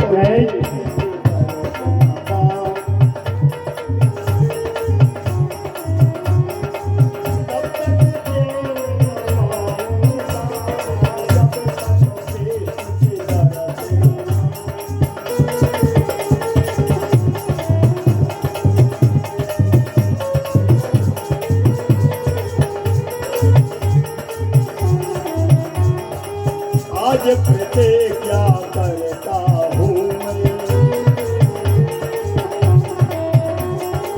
दर्शन कर सुख पाऊंगा, आज प्रतिज्ञा करता हूँ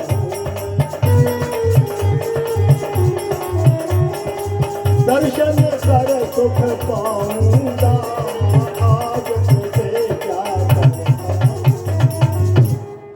जीवात्मा रूपी सुदामा परमात्मा रूपी मित्र कृष्ण से मिलने के लाने जब संकल्प करता है तो रास्ते में कई प्रकार की विघ्न बाधाएं आती हैं।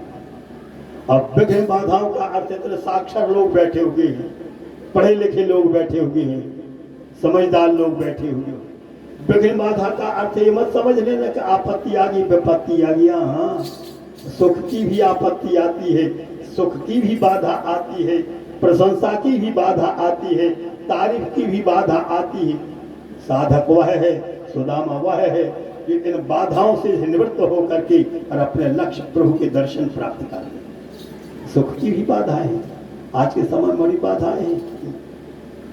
आदमी की मान्यता खूब हो गई, खूब आदमी जय जयकार करने लगे, खूब व्यक्ति यहाँ पर जो फूला नहीं समा रहा है, हमसे बढ़कर के प्रतिष्ठा किसी की नहीं है।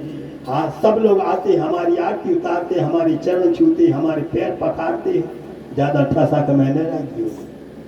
प्रतिष्ठा हो जे, पूजा हो जे, आरती उतार जे, लेकिन भगवान की भक्ति से हमको सब दूर हो जे। हाँ, यही तो बाधा है। सुदामा जी ने आरती उतारवा दी थी, कृष्ण से मिलने के लाने जा रहे थे साक्षात रूप से। कृष्ण भी यहाँ पर सुदामा जी भी आरती उतारवा दी थी, पूजा करवा ली थी, अन्न का दान ले ली थी, वस्त्र का दान ले ली थी, वस्तुओं का दान ले ली थी, लेकिन सर्वस्व त्याग करके सुदामा जी गए। सारे जो है वेदों को जो है व्यवधान को उन्होंने निवृत्त कर दिया। द्वारपालों को जो है यहाँ पर संदेशा भिजवाया, भीतर ने जान दे रहे थे। द्वारपालों से कहे भैया खबर लगा दी, पत्नी को हम वचन दे के आए हैं कार्यम साधयामि अथवा नगरम न गमिष्यामि। हम अपनी पत्नी सुशीला को वचन दे के आए हैं कि तो कृष्ण से मिले हैं, नहीं तो लौट के नहीं आ। द्वारपाल को दया आ गई, सीधा गया द्वारकाधीश से क्या कहता, द्वार खड़ो एक दुर्बल ब्राह्मण नाम सुदामा बतावे है, मिलनो चाहत स्वयं आप सो नैनन नीर बहा।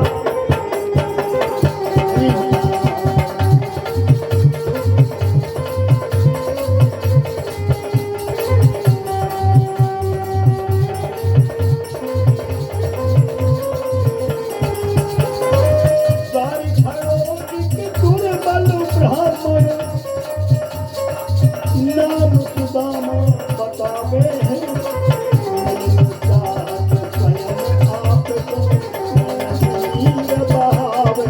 हरि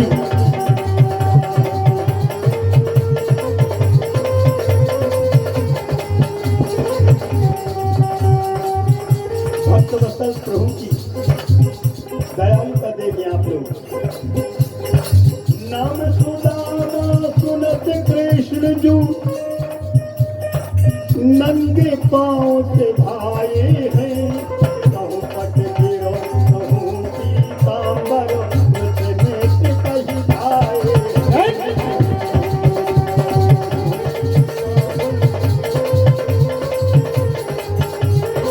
नाम सुदामा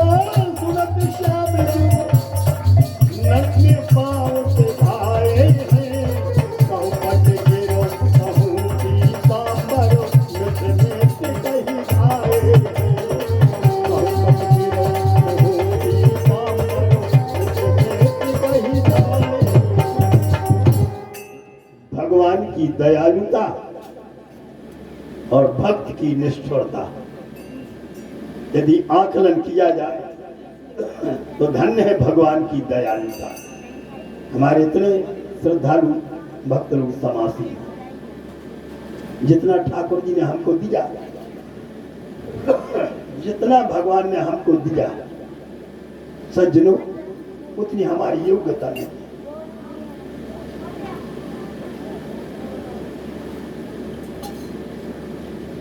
उतनी हमारी भक्ति नहीं। देने वाले अगाध और लेने वाली संकीर्ण। सेवक लोग गए, जाकर के द्वारकाधीश को संदेशा दिया, प्रभु एक भूखा प्यासा ब्राह्मण हड्डी पसली दिख रही है, द्वार पर खड़ा है, आपको मित्र बतला रहा, नाम सुदामा, धन्य है दयालु परमात्मा। सुदामा का नाम सुनते ही भगवान बेहद हो गए। कहीं पीतांबर गिरा, कहीं पटका गिरा, कहीं हाथ में से हिमालय निकल गई, कहीं कढ़ूला गिरी, और बेबल होकर के भगवान अपने भक्त सुदामा से मिल भी किनारे व्यग्र हो गए। आए करके बाहुओं में भर लिया। कितना कारुणिक दृश्य था। ऐसे बेहाल विवायन सौंपग, कंटक जाल लगे कुनी जोई, हाय महा दुख पायो सखा तुम, आए किते न किते दिन खोई। देख सुदामा की दीन दशा, करुणा करके करुणा निधि रोए। पानी परात को हाथ छुओ नहीं, नैनन के जल सो पग धोए। भगवान की दयालुता। गुनगुने अश्रुओं से पाद प्रक्षालन किए, उनको स्नान कराया, वस्त्र पहनाए, भोजन प्रसादी पवाई, कुशल क्षेम पूछा। एक मुट्ठी झिझोड़ा सुदामा जी वहां पर लेकर के काख में दाप करके गए थे। लेकिन जब भगवान कृष्ण ने पूछा, भैया भाभी ने कुछ न कुछ तो भेंट भेजी होगी, उस भेंट को हम यहाँ पर स्वीकारते हुए आज आए हैं। इसलिए सज्जनों, सुखदेव जी महाराज कहने लगते हैं, सुदामा जी को बड़ा संकोच होगा, लेकिन नहीं माने। एक मुट्ठी चावल भगवान ने स्वीकार किया, एक लोग का राज दे दिया और सकल जग धुमाद दी। जब दूसरी मुट्ठी इन्होंने भरने का प्रयास किया तो तावत श्री जगृहे हस्तम तत्परा परमेष्ठिना। सुखदेव जी महाराज कहते हैं, जब दूसरी मुट्ठी को इन्होंने हाथ बढ़ाया तो लक्ष्मी जी ने यहाँ पर, रुक्मिणी जी ने हाथ पकड़ लिया। तावत श्री जगृहे हस्तम। भगवान द्वारकाधीश का क्यों प्रिय रुक्मिणी, हमारे हाथ को क्यों पकड़ा? रुक्मिणी कहने लगती, हाथ क्यों नहीं पकड़े? कृष्ण बोले, सुनो, ब्राह्मणों को दान देवे में, ब्राह्मणों को जो है यहाँ पर धर्म का काम करने में हाथ सकोड़ना नहीं चाहिए। हाथ यहाँ पर हमको आपको जो है संकीर्ण नहीं करना चाहिए, क्योंकि भगवान का दिया हुआ जो है धन और उन्हीं के भक्तों को प्रदत्त करना चाहिए। और तुम हाथ पकड़ रहे, ब्राह्मणों का आशीर्वाद, उनके आशीर्वाद से हमारा तुम्हारा विवाह सांगोपांग संपन्न होगा। रुक्मिणी कहने लगी, प्रभु मैं दान देने के लिए नहीं रोक रही हूँ, दान तो आप खूब दें, मैं इसलिए आपका हाथ पकड़ रही हूँ कि यदि आपकी जो है भाभी है तो हमारी तो सोई भी जेठानियाँ है, हम सब देवरानियाँ हैं। हर देवरानी को लगा थे कि जी गई है बाजारे तो कखोबा की जलोई भी नहीं आने लगे हमारा। हर देवरानी को लगा था कि जी की कछु नाम ना हमें मिले। देरी नहीं लगी, कृष्ण ने यह मुट्ठी छोड़ दी, चावल बखर गए। समग्र रानियों ने एक ही यह दाना स्वीकार कर लिया। जिसको धन की चाह थी उसको धन मिला, और जिसको यहाँ पर दर्शन की चाह थी उनको दर्शन मिला। सुदामा जी जब तक रहे तब तक यह भक्ति वश भगवान की भक्ति में यह तल्लीन बने रहे। आगे चल करके वेदों ने स्तुति करी, बृकासुर दैत्य की कथा आई। यदुवंश को श्राप लगा, यदुवंश को श्राप लगा। और क्यों श्राप लगा? इसलिए कि कर्मस्थली है, एक कर्मस्थली है, जैसा आप कर्म करोगे फल तो वही मिलेगा। सब लोग जानते हैं काहू न को सुख दुख कर दाता और निज कृत कर्म भोग सब बराता। जैसा करोगे वही तो पाओगे, नहीं पाओगे। अनर्थ करोगे, दुराचरण करोगे, साधु ब्राह्मणों की मर्यादा को जो भंग करोगे उसका फल मिलेगा। कितने बड़े आदमी के लड़का हूं, नारद जी ने श्राप दे दिया था नल कुंवर को, मणिग्रीव को। कुबेर के लड़का इतने बड़े आदमियों के लड़का, फल भोगने पर। ठीक इसी प्रकार से वास्तव में ये कर्मस्थली है। यदुवंश को श्राप क्यों लगा? आप लोगों ने नाम सुना होगा, अपने बुंदेलखंड का विख्यात यह गायक थे, सम्माननीय, आप लोगों ने नाम सुना होगा, देशराज पटेल यादव। सम्माननीय थे, माननीय थे और वाणी पर भी उनका अधिकार था। एक बार भागवत की कथा हो रही थी और उनका संध्या कालीन जो है यहाँ पर कार्यक्रम रखा गया था। आ गए, बैठ करके भागवत की कथा सुनी और संध्या काल के समय में जब वो है अपने कमरे में थे, एक उन्होंने एक व्यक्ति को पहुंचा, जा शास्त्री जी को बुला रहा। गए वहां पर, बड़े सम्मान पूर्वक हमको उन्होंने बैठाया। कहा शास्त्री जी, कथा सुनकर के हमको ऐसा जो है आपने रस निचोड़ दिया कि हृदय प्रफुल्लित हो गया। पटेल जी बोले, थोड़ी सी एक जिज्ञासा है। समझदार व्यक्ति था, मैं तर्क नहीं कर रहा हूँ, वितर्क नहीं कर रहा हूँ, बस एक जिज्ञासा व्यक्त कर रहा हूँ। उनकी हाँ पटेल जी बोलो। मैं ये मत समझने का हम प्रश्न कर रहे तर्क वितर्क। हमारे पूछने का जिज्ञासा का भाव यह है कि जब भगवान सर्वज्ञ थे, अपने ही सामने उन्होंने विवाह किए, अपने ही सामने पुत्र हुए, अपने ही सामने पौत्र हुए, अपने ही सामने प्रपौत्र हुए, इतना बड़ा वंश बन गया। खुदाई बड़ा खुदाई मिटवा दो, ये सो काय भाव वृंदावन में हरि लाल की। अब उतना तो समय नहीं है साथियों। बहुत अच्छी जिज्ञासा उन्होंने कही थी देशराज पटेल जी ने। कहा शास्त्री जी बस एक बात है कि अपने ही सामने उन्होंने वंश को क्यों मिटवाया? वह तो समर्थ थे, सक्षम थे, बात तो पेचीदी थी। लेकिन कोई व्यक्ति चाहे कि मैं अपनी बुद्धि से तर्क का समाधान कर दूं, जिज्ञासा का समाधान कर दूं, तो अपने हनुमंत लाल जी महाराज का आशीर्वाद है। शुद्ध हृदय से कहने जा रहा हूं कि न बुद्धि, न बल है, न ज्ञान है, लेकिन ऐसी सत प्रेरणा भी हमारे पवन पुत्र हनुमान जी महाराज ने, भगवान ने क्यों यहाँ पर अपने पल को यहाँ पर करवाया? उसका कारण एक ही था कि जब व्यक्ति अपनी मर्यादा को त्याग देता है, व्यक्ति अपनी मर्यादा को भंग कर देता है, तो एक कर्मस्थल उसका फल भोगना पड़ेगा।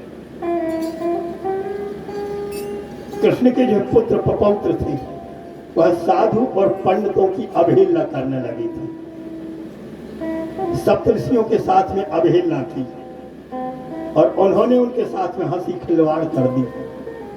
तो मैंने कहा पटेरिया जी, ये कर्मस्थली में तो फल भोगना पड़ता। तो कृष्ण ने सोचा जिस समय हम परलोक में जाएंगे, अपने धाम की यात्रा करेंगे, ये तो कर्मस्थली है।